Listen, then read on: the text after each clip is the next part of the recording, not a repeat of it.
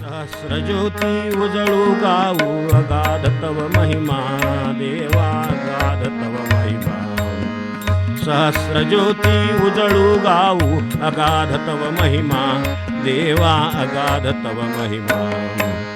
ओवाळूया जय नारायण विष्णू परब्रह्मा जय जय विष्णू परब्रह्मा जय जय विष्णू परब्रह्मा.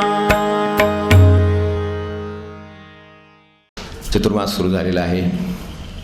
आम्हाला परवानगी आहे तेवढीच आहे, फार मोठी नाही आहे. 5-10 मिनटं इकडे तिकडे वाढवले आठवड्यावर शांत राहिल्यामुळे. तर त्याची सुरुवात करतो. वक्रतुंड महाकाय सूर्यकोटी समप्रभ निर्विघ्नं कुरु मे देव सर्वकार्येषु सर्वदा. ओम श्री परमात्मने नमः. श्री विष्णवे नमः.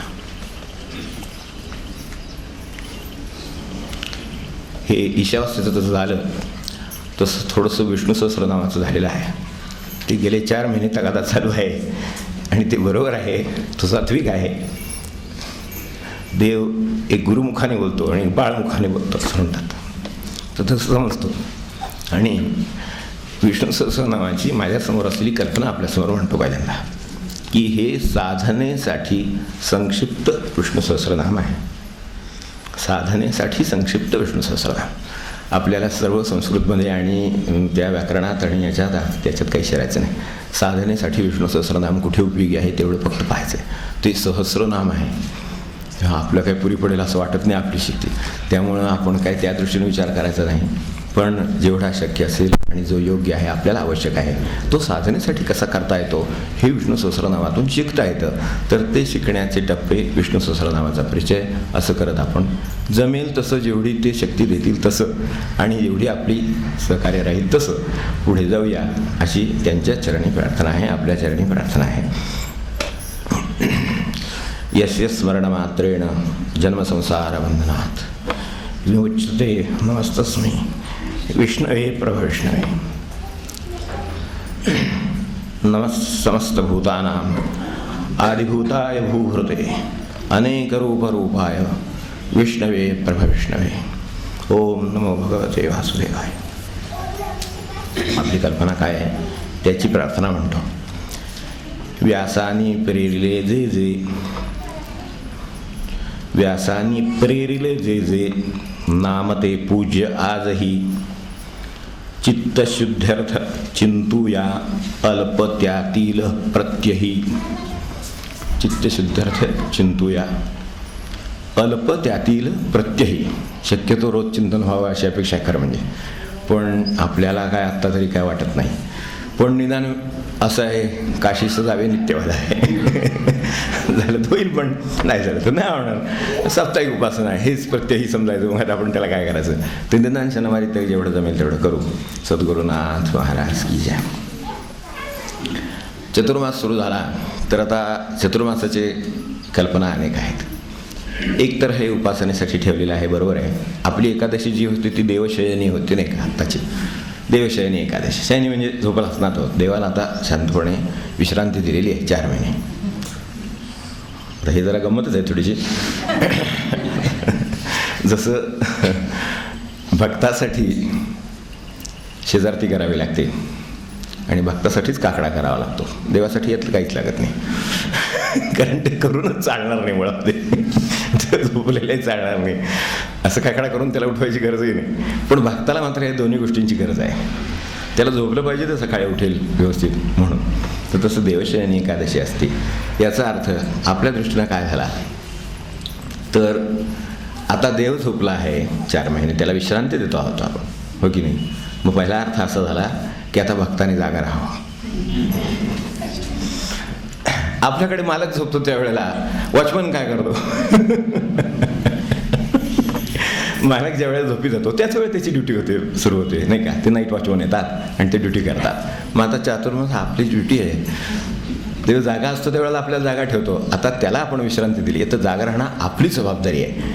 ती जबाबदारी टिकवण्यासाठी 4 महिने साधनं सांगितलेली असतात. हे मला म्हणायचं 4 महिने का साधनं सांगतात करायला वेगवेगळी. कोणी पारायण करतो, वाचन करतो, सगळं का करतात तर देव त्यावेळेला आता 4 महिने शांत आहेत, त्यांना आपण विश्रांती दिलेली आहे. तर पहिला अर्थ असा की भक्ताने जागा राहावं 4 महिने. ते जागे झाल्यावर ते चार्ज घेणारच आहेत, त्यांच्याकडे चार्ज आहेच. जागा राहायला सुद्धा आम्हाला त्यांनाच जागा ठेवावं लागतं, ही तितकंच आहे खरं. पण तरीसुद्धा भक्ताने जागा राहावा पहिला अर्थ. दुसरं, आपल्याकडे जर बाळ झोपलं असलं, कल्पना करा आपण काय काय करतो, तर बेल बंद करतो की हे होऊन काय कोणा सगळ्यांना आवाज करून थांबतो.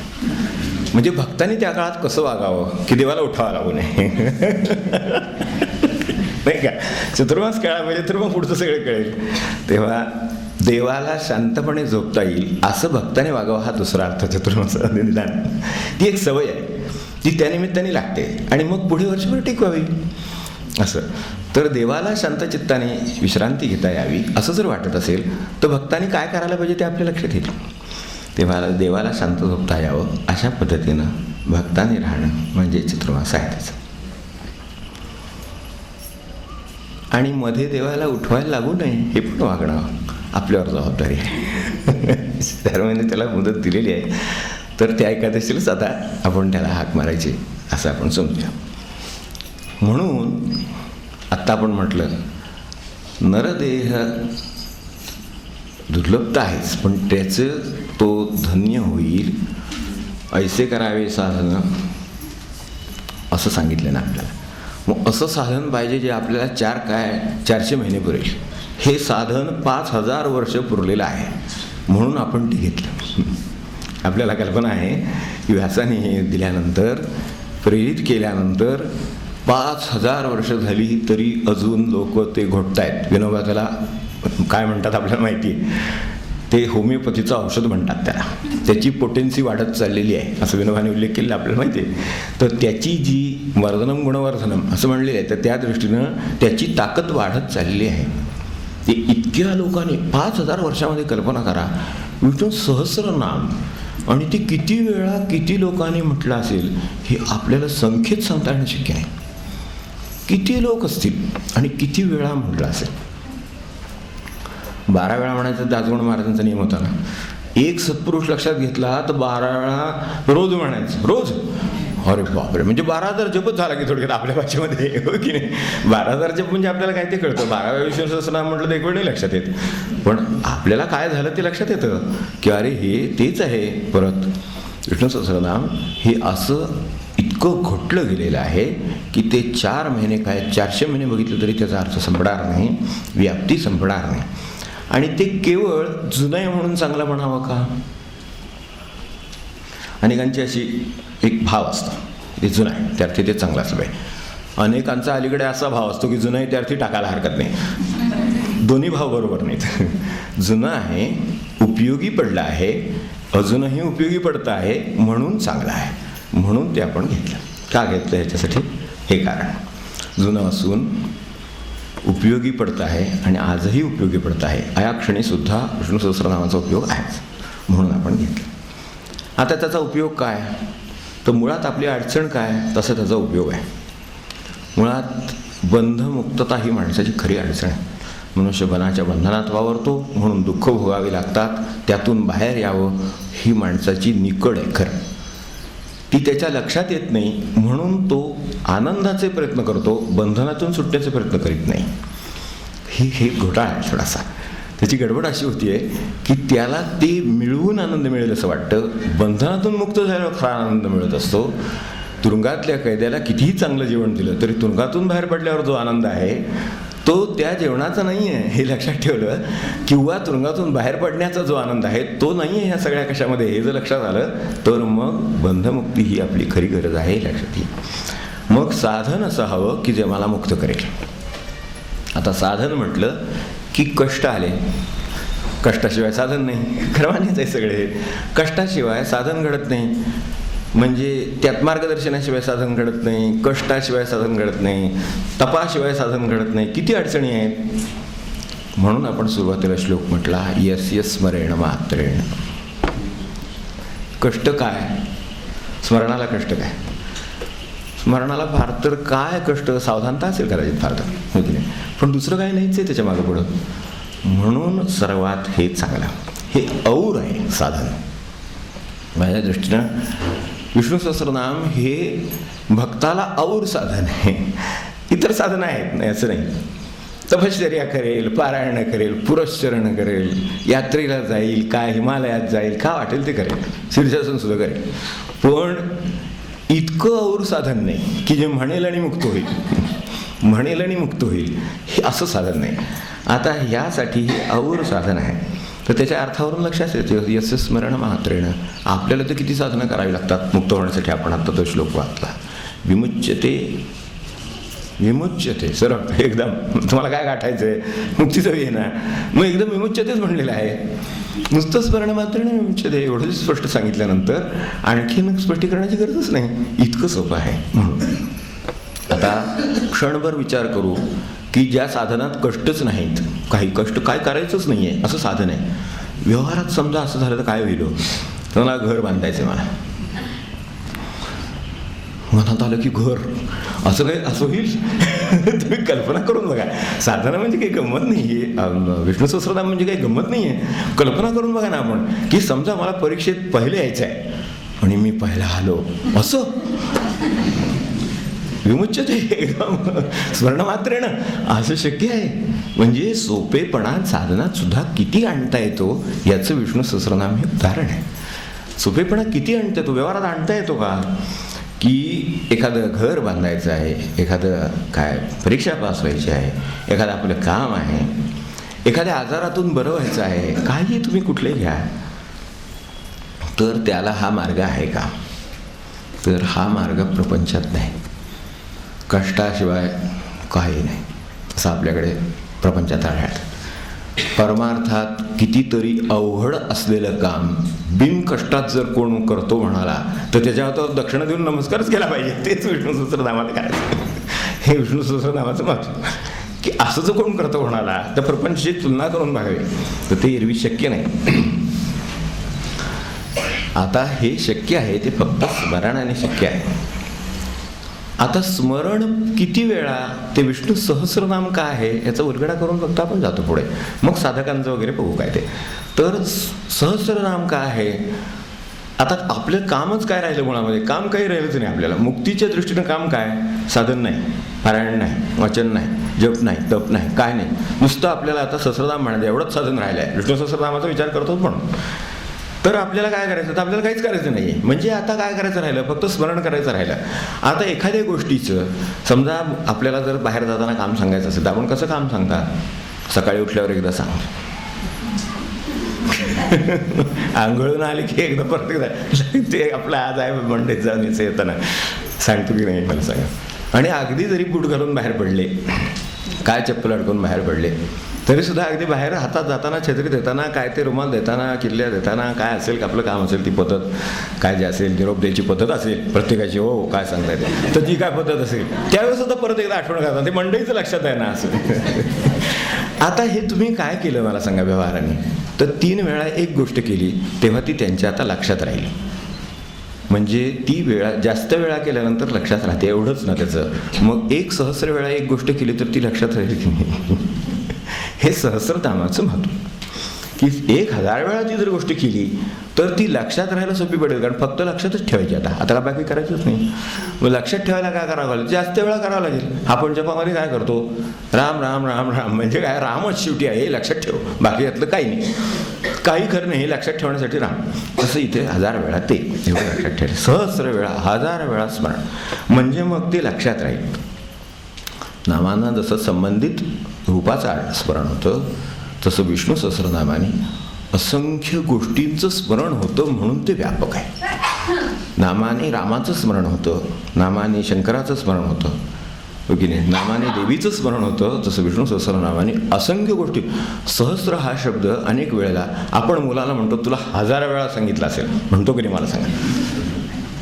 म्हणतो की नाही? त्याचा अर्थ काय? मोजून 1000 वेळा सांगितले का 3000 वेळा सांगितले? काही असू शकेल यातलं, पण तुला काय हे अजून काय तू अभ्यासाला आपण होऊन बसत नाहीस. आपलं काहीतरी व्यावहारिक असतं, आपलं काय असायचं. पण 1000 वेळा सांगितलं याचा अर्थ काय? अनंत वेळा तुला हे सांगितलं. तसं अनंत वेळा म्हणजे असंख्य वेळा, मोजता येत नाही अशा वेळा. तसं असंख्य वेळा जर मनाला सगळ्या गोष्टींची आठवण दिली भगवंताच्या, तर त्याच्यामध्ये फरक होईल, मनामध्ये चित्तात जाईल आणि चित्तवृत्ती पालटेल.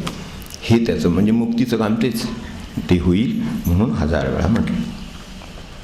तेव्हा शब्दामध्ये अर्थाचं स्मरण देण्याचं सामर्थ्य असतं. म्हणून इथे चिंतनाची गरज आहे.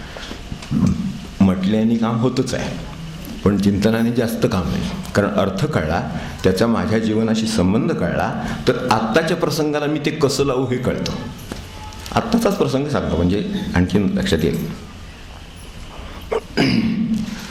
आपल्याला सहस्रायत म्हणून आपण काहीच घेतो आणि फार पण अनुकूलता नाही तब्येतीची म्हणून.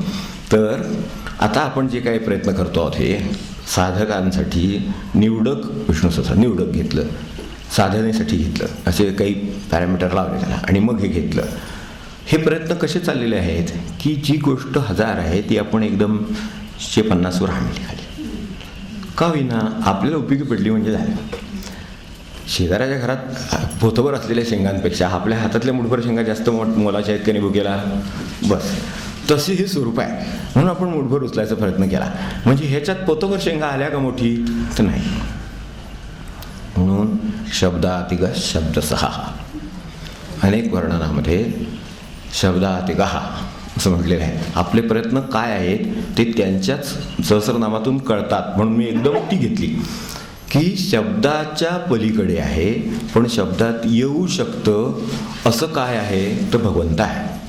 शब्दातिगः, अतिगः म्हणजे पलीकडचा, न मावणारा, त्याच्या पलीकडे जाणारा असा जो आहे तो त्याच्यात मावत नाही. आपण व्यवहाराने पहा की लहान मुलं आहे, समजा बाळ आहे एखादं, तर त्याला बाळ म्हणतात, बाळू म्हणतात. 25 वर्षांनी कोणीतरी येतं आणि त्याला बाळाराव करतं. काय 22 वर्षांनी करेल, नाही तर 30 वर्षांनी करेल. होतं की नाही राव, तर ते काय विकास असतो, ते विकास राव होतात की नाही लगेच होतात. म्हणजे कोण असतील तर क्षमा करा, पण असं होतं ना, मग त्याचा बाळाराव होतं. 30 वर्षांनी बाळासाहेब होतात, हो की नाही होतात.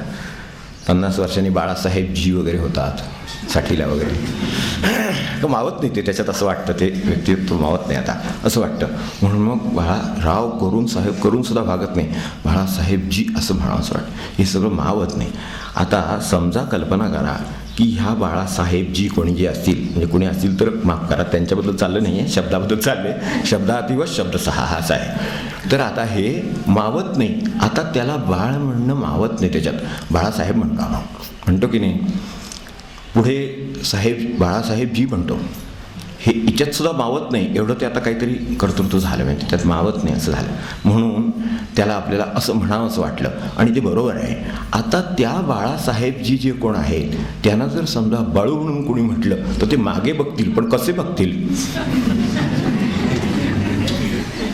यात भगवंताचं एक वैशिष्ट्य सांगितलंय. शब्दसहा हा शब्द सहन करू शकतो तो. आपल्याला शब्द सहन होईल. समजा कोणी साहेबजी आहेत आणि त्यांना आपण बळवून हाक मारली समजा, तर काय होईल. हळूच कोणीतरी असतात की मुलं वगैरे अशी तिने मागून वगैरे काहीतरी करतात, हाका मारलं वगैरे. चांगलं नाही काही ते, पण तरी सुद्धा करावंच वाटतंच, कारण मुलपणाचं लक्षण आहे ते. तर असं काहीतरी करावंसं वाटतं, हो की नाही. मागणं म्हणून ज्याचा राग आहे त्याला मागणं काहीतरी असं म्हणावं असं वाटतं की नाही. आपण काय म्हणत नाही सोडा, काय पुढं माहीत असतं काय होईल. तर ते आपल्याला म्हणजे आता तो शब्द सहा आहे का माणूस, तर नाही. भगवंत शब्द सहन करणारा आहे. आता मी कधी त्याला भगवंताला सुद्धा माऊली म्हणलं, पिता म्हणलं, बंधू म्हणलं, सोयरा म्हणलं, काय काय काही म्हटलं तरी तो सहन करतो. भगवंताकडे ही मोठी विद्या आहे की त्याला ते सहन करता येतं. ही एक्सिड्स इट. ते साहेबजी आहेत पण बाळू म्हटलं तरी त्यांना चालतं. हे केवढी सहनशीलता आहे. आपल्याला नाही चालत असं कोणी काय म्हणलेलं होय की नाही. असा व्यवहाराने विचार करून बघा इकडचे इकडे प्रसंग काय काय घडले वगैरे, कुठे कुठे काय काय. तर म्हणजे अगदी साधा आपल्याला म्हणतो की मुळात तो खरं म्हणजे त्या शब्दात मावणारा आहे का, नाही आहे. म्हणजे शब्दातच मावत नाही, ते तर कर्तृत्व आहे साधं. ते अनेक लोक करणारे असतात. असे साहेब रावजी होणारे हजारो लोक निघतात. इथे तसलं काही नाही आहे. एकमेव आहे. एकमेवा द्वितीयम ब्रह्म. ते एकमेवा द्वितीय आहे, दुसरं सुद्धा नाही आहे तसलं. असं असून ते सहन करतं. मला सहन करायला काय अडचण आहे असा प्रश्न आहे. जे विष्णू सहस्रनाम साधनेशी काय संबंधित आहे ते सांगायचं आहे. खरं सांगायचं झालं तर ईश्वर, आपण जे सहस्रनाम घेतलं मुळात त्याच्यातला ईश्वर हा अतिगा आहे. इट एक्सिड्स, इट्स ट्रान्सेंड्स, तो पलीकडे जाणार आहे. तुम्ही विठ्ठल म्हटलं म्हणजे तर मावतो का, तर आहे पण मावत नाही. राम म्हटलं तर मावतो का, तर मावतो पण शिल्लक राहतो, असं आहे. म्हणून जो जे म्हणतो त्यात तो मावतो पण त्याच्या पलीकडे राहतो. तो शब्द हा तिघा आहे, असा आहे. आणि तरीसुद्धा विठ्ठल म्हणलं की ओ देतो. साहेबजी नाही ओ देणार. काय कळते की मॅनर्स काय आहेत की नाही वगैरे असं वाटतं लगेच, हो की नाही. काय मी केवढा माणूस काय हे असं वाटतंच. आणि त्यातून आधी तो बघतो, तोच रागाने बघतो. मुळात काय बोलेल ते नंतर सांगता येतच नाही त्याच्या स्वभावाप्रमाणे. पण मुळात ते चालतच नाही. इथे सुरुवात आहे. पण भगवंताला चालतं. अतिगाहा म्हणजे आपल्याकडे मुद्रा राक्षसामध्ये असाध्य रोग असतो ना, त्याला औषध पथातिगाहा असं म्हणलेलं आहे. औषधाचा जो मार्ग आहे वैद्यकशास्त्राशी संबंधित आहे म्हणून सांगतो. औषधाचा जो मार्ग आहे त्याच्या अतिगहा, औषधातिगहा व्याधी असं म्हणलेलं आहे. काही व्याधी या शेवटी औषधातिगहा असतात. मग अशा वेळेला काय करावं, तर त्याचं उत्तर दुसऱ्या वैद्यकशास्त्रात दिलेलं आहे. 1700 वर्षापूर्वी चरक संहितेत म्हणलेलं आहे की अशा वेळेला शेजारी बसून विष्णू सहस्रनामाचा पाठ करावा. त्याला फसवणूक करू नये. विनोबा म्हणजे त्याची फसवणूक करू नये असा शब्द वापरला विनोबाने, बरोबर आहे ते. कारण मुळात मुद्रा राक्षसामध्ये असं म्हणताना म्हणलेलंच आहे की ते जर औषध पथाआदी काही असं जर असेल तर त्या ठिकाणी हे चालत नाही, औषध चालत नाही आहे. मग अशा वेळेला औषध चालत नाही तर त्याला म्हणावं की औषध चालत नाही. करील तर परमेश्वरच बरं करील आणि नसेल तर तुझं भलं करील, म्हणजे विष्णू सहस्रनामाचा पाठ. म्हणून आपल्याकडे मला सांगा, विनोबाने विचारलेला प्रश्न फार मार्मिक आहे म्हणून मी त्याचा फक्त उल्लेख करतो की मटेरिया मेडिकामध्ये असं कुठं सांगितलंय का की अशा असाध्य व्याधीग्रस्त किंवा व्याधीग्रस्त माणसाच्या शेजारी बसून विष्णू सहस्रनामाचा पाठ करावा, तर त्यामुळे तो एकतर परमेश्वर बरं करील या इच्छेनं राहील आणि नसेल तर माझं परमेश्वर भलं करील या इच्छेनं राहील.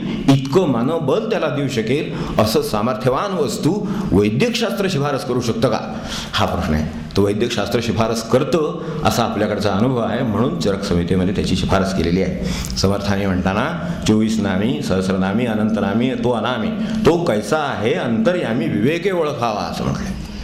काय असेल त्यांची झेप असेल, म्हणजे ज्यांनी ते जाणलेलं आहे त्यांनी कसं जाणलेलं समोर आहे, कसं जाणलं असेल. केशवाय नमा, नारायणा नमा, माधवाय नमा 24 झाली की थांबतात ना, तर त्याला पुरतात की नाही, पुरतात. त्याला 24 सुद्धा पुरतात. तुम्ही एक उच्चारलं ओम तरी पुरतो, त्याला 24 उच्चारले तरी पुरतात, त्याला सहस्र उच्चारले तरी पुरतात. तो अनंत आहे हे पण त्याला पुरतं. अनंताय नमः असं म्हणतो ते पुरतं. आता अनंताय नमः म्हणजे काय म्हणजे सांगता येत नाही हेच, होय की नाही. अनंताय नमः म्हणजे काय मला सांगाय काय नाही, म्हणजे मला तू काय सापडत नाहीस हे सांगण्याचं कबुली आहे ती काय दुसरी, होय की नाही. ती सुद्धा त्याला चालते. असा शब्द तिघा, पण शब्द 6 अनंत म्हणून सुद्धा तो ओ देतोच. आणि विष्णवे नमः म्हणलं तरी ओ देतो, केशवाय नमः म्हणलं तरी ओ देतोच आहे. आपण काय म्हणून नमस्कार करणार त्यानुसार तो ओ देणार. म्हणून आपल्याला आपण जे काही काम करतो आहोत ते सुद्धा शब्दांच्या साह्याने करतो आहोत. ते तो सहन करो एवढी त्याला प्रार्थना आहे. आपण आजच्याशी संबंध कसा आहे ते सांगण्यासाठी सांगितलं की एकदम तिथे एकदम 97 श्लोकावर का उडी घेतली, ती एवढ्यासाठी घेतली की शब्दातिग शब्द 6 असं म्हणलेलं आहे. या जोडीमध्ये तो शब्दात मावत नाही सांगितलं, तरी सुद्धा तो शब्द सहन करतो. परमेश्वरच फक्त शब्द सहन करतो, आपल्या घरातला माणूस सुद्धा शब्द सहन करीत नाही. आपल्याला बघा अनुभव आहे का नाही. आपला मुलगा नाही सहन करणार, आपले वडील नाही सहन करणार, आपला भाऊ नाही सहन करणार एक वेळ, पण परमेश्वर कोणताही शब्द सहन करायला तयार आहे. म्हणून परमेश्वर सर्वात जवळचा मानलेला आहे तो. त्यासाठी तो त्यात नसून हे वैशिष्ट्य आहे. तो असतं तर गोष्टी वेगळी हो. आपण जे आहोत ते आपल्याला हात मारले तर काही विशेष नाही, पण जे आपण नाही ते हात मारतायत तरी ओ म्हणतोय आणि प्रेम करतोय परत करुणेने, म्हणजे काय असेल याची कल्पना यावी म्हणून सांगितलं. म्हणून एक प्रकारे आपण अपराधच करतो. विष्णू सहस्रनामाचे हे अर्थ पाहतो, अर्थाचं वर्णन करतो, म्हणजे एक प्रकारचा अपराध आहे. पण तो त्याला चालणारा, आवडणारा आणि आपल्याला पुढे नेणारा आहे म्हणून आपण करतो. मग आता आपण हे जे काय केलं यामध्ये आपल्याला काय घेता येईल, आपली वेळ संपली म्हणून आता आपल्याला सांगतो. शब्दातिग शब्द सहा, दोन शब्द आपण वापरले. शब्द सहा म्हणजे शब्द सहन करणारा, शब्दातिग शब्दाच्या पलीकडे असणारा, शब्दाच्या पलीकडे असणारा आणि तरीही शब्द सहन करणारा, शब्दाच्या पलीकडे असणारा, शब्दात न मावणारा आणि तरीही तुम्ही उच्चारलेले कोणतेही शब्द सहन करू शकणारा असा परमेश्वर आहे. असे 3 वैशिष्ट्ये त्यातून निर्माण झाली. 2 नामामधून, फक्त सहस्रनामातल्या 2 नामामधून निर्माण झाली. त्यातून आपल्याला काय घेता येतं? 1-2 बाजू आहेत. एक आपल्याला काय घेता येते बघूया. आणि पहिल्याच नामामध्ये ते चुकतं कसं ते त्यांनी सांगितलंय. ओम म्हणलं हे व्यापी आहे, त्याचं काही सांगताच येत नाही आहे. पण विश्वम म्हणल्यानंतर विश्वाच्या रूपाने तो आहे अशी सुरुवात केली. ओम विश्वम विष्णुर्व षटकारो असं म्हणतो ना. मग विश्वम म्हणलं ना, ते विश्वम म्हणजे विश्वाच्या रूपाने तू व्यक्त आहेस असं म्हणून एक हाक मारली त्याला. हे विश्वा, विश्वरूपा, विश्वात्मका, आपण ते नाही का सर्वात्मका सर्वेश्वरा वगैरे म्हणतो तसं आहे ते.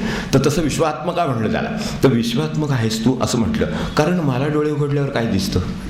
पहिल्यांदा मी डोळे उघडले तेव्हा मला काय दिसलं? जग दिसलं. काय जगातलं काय दिसलं असेल दिसलं. आई दिसली असेल, बाबा दिसले असतील, काय बिल्डिंग दिसली असेल का काय दिसलं असेल काय माहिती नाही, पण दिसलं काहीतरी. त्यावेळेला मला काहीतरी दिसलं ना. म्हणजे माझी परमेश्वराची पहिली ओळख काय? तर जग. म्हणून विश्वम ही त्याची सुरुवात. पण जग म्हणजे परमेश्वर का? तर नाही. तो शब्दातिग नाही तर मग पुढची सहस्रनामा म्हणण्याचं कारणच नाही. ती का कारण पडलं? तर पुढे हा मोठा झाल्यावर कळायला लागला अरे ह्यात तो मावत नाही. मग तो आई म्हणून म्हणला, मग बाबा म्हणून म्हणला, मग आणि इतर म्हणून म्हणला, सगळं सुरदस सखा सगळं म्हणलं. ते सगळं करून पुन्हा हे काय जमत नाही म्हणलं. शेवटी चालतं, ते म्हणलेलंही चालतं आणि हे जमत नाही म्हणलेलंही चालतं. तर आता साधकाला म्हणजे पहिल्याच नामामध्ये ते काय होतं याचा उलगडा 97व्या ह्याच्यात आहे की तो शब्दात मावत नाही, शब्दाच्या पलीकडे राहतो आणि तरी त्याला काहीही शब्द वापरलेला चालतो. एवढं पहिल्याच नामामध्ये येतं. याचा उलगडा पुढच्या नामामध्ये आहे. ते शब्दातिगत शब्द सहा तो सहन करतो. आता साधकाने यातून काय शिकावं? एक नाम हा त्याला हात मारण्याचा सर्वश्रेष्ठ मार्ग आहे एवढं लक्षात ठेवा. इतर सगळे मार्ग आपल्या दृष्टीनं कमी पडतात. कारण शेवटी माझी यात्रा करून माझे पाय दिसतील किंवा माझे चालून माझे पाय दिसतील, पण मला जे स्मरणाने मुक्तता येईल ती नाही येणार. म्हणून सर्वात श्रेष्ठ नाम. कुठलं साधन कमी जास्त नव्हे, पण त्यात सुद्धा सांगताना पुन्हा तरतम भाव असतात तसं हे भाव आहेत. तर त्याच्यातलं नाम श्रेष्ठ आहे लक्षात ठेवा. कारण ते स्मरणासाठी उपयोग पडतं आणि जसं स्मरण होतं तशी कृती होते. मला मुक्तीच्या कृती करायच्या आहेत म्हणून मला नामाची गरज आहे हे साधकांनी लक्षात ठेवा. म्हणून शब्दातिगत शब्द सहा हे लक्षात ठेवताना शब्दात शब्द उच्चारण करतो. त्यामध्ये तो शब्दात नाही तरीसुद्धा मी शब्द हाक मारतो आणि त्याला चालतात आवडतात हे लक्षात ठेवून शब्द वापरावेत.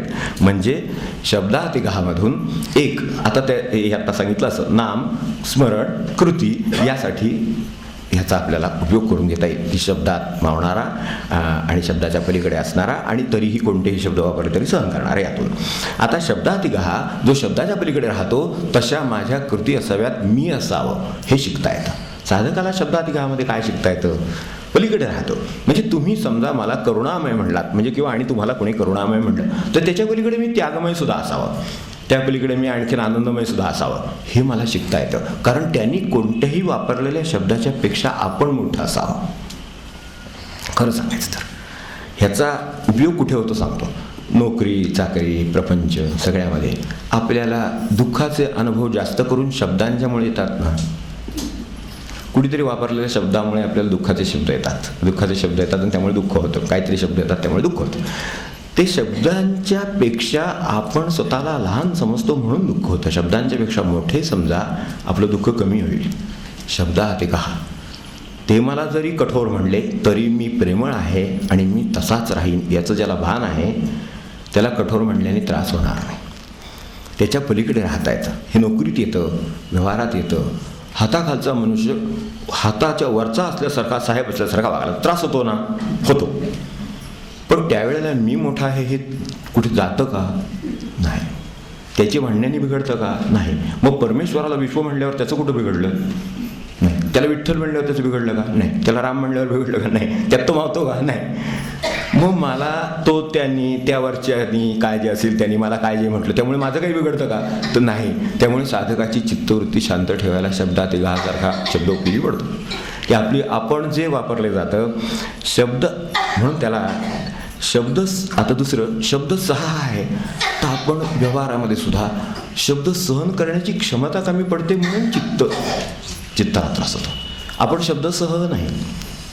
कोणते शब्द सहन होतात? प्रेमळ असतील तर, चांगलं म्हणलं असेल तर, होय की नाही, ते सहन होतं. वाईट म्हणलं सहन होत नाही. पण परमेश्वर मात्र शब्द सहा आहे. अरे, ज्याला काही सहन करून घेण्याचं काही कारणच नाही. एक सुदर्शन चक्र बस आहे आपल्याला, होय की नाही. नुसतं सोडलं म्हणजे सोडायचं गरज नाही खरं, म्हणजे त्या भीतीनं तिकडं जाईल. आपली अवस्था विचार घेते ना. ते मोठे लोक आहेत ते ना, ते पोचावं लागतं तिथपर्यंत, आपल्याला पोचावं सुद्धा लागणार नाही. उचललं म्हणलं शस्त्र तरी आपल्याला धागा भरून खाली पडेल, अशी आपली अवस्था आहे. तर आपण शब्द सहा तो कसा राहतो काही म्हटल्यावर? मग मला शब्द सहन करण्याचं जमेल का? तर ते त्यातून शिकता येतं. साधकाला काय ईश्वराकडे बघून शब्द सहन करणारं असावं आपण. कारण सहज शब्द करायची वेळ प्रपंचात, नोकरीत, बाहेर, व्यवहारात सगळीकडे येणार. त्याला काही पर्याय नाही. तर त्याला पर्याय ठेवलेला आहे, विष्णू सहस्रनामामध्ये आहे. तो साधकाने तिथूनच लावा की परमेश्वर त्याच्या पलीकडे असून शिवाय शब्द सहन करतो. तर आपण पण आपल्याला वापरलेले शब्द सहन करायची आपल्याला मनाची भूमिका तयारी असावी, म्हणजे चित्ताला क्षोभ होत नाही. आता फक्त एकच वाक्य सांगेन शेवटी, की त्याचं मी थोडं ट्रान्सफॉर्म करतो. अजून थोडंसं एक स्टेप पुढे फक्त आपल्याला म्हणेन. आपण आपल्याला वापरलेले शब्द तर सहन करावेतच. का करावेत?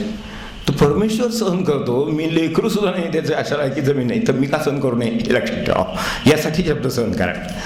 अपमान निंदात पचवावे लागतात. दुसरं काय पचवावं लागतं? काय आनंद किंवा काय स्तुती पचवावी लागते का? नाही लागत. म्हणजे जिथे असा त्रास होणार ते पचवावं लागतं.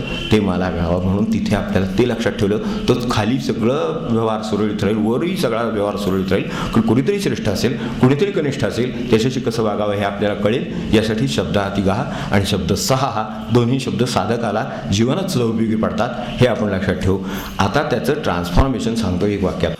एक करावं, कुणाला शब्द सहन करायला आपण लावू नये आणि आपण सहन केल्याशिवाय राहू नये.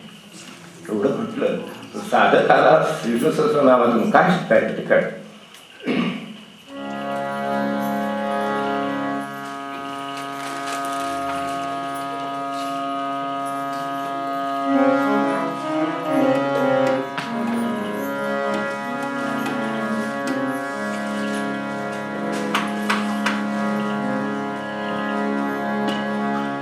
स्मरण मात्र पुन्हा एकदा आठवण करतो, तेवढं जपाचं आमचं लक्षात.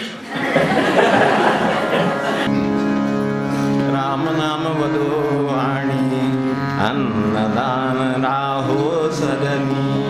राम नाम वदो आणि अन्नदान राहो सदनी. वृत्ती राहो समाधान हेची मद द्यावे दान. वृत्ती राहो समाधान हेची मद द्यावे दान. राम नाम वदो आणि अन्नदान राहो सदनी. अन्नदान राहो सदनी. अखंड राहो गुरुवास हाची माझा नित्यास. अखंड राहो गुरुवास हाची माझा नित्यास. राम नाम वदो आणि अन्नदान राहो सदनी.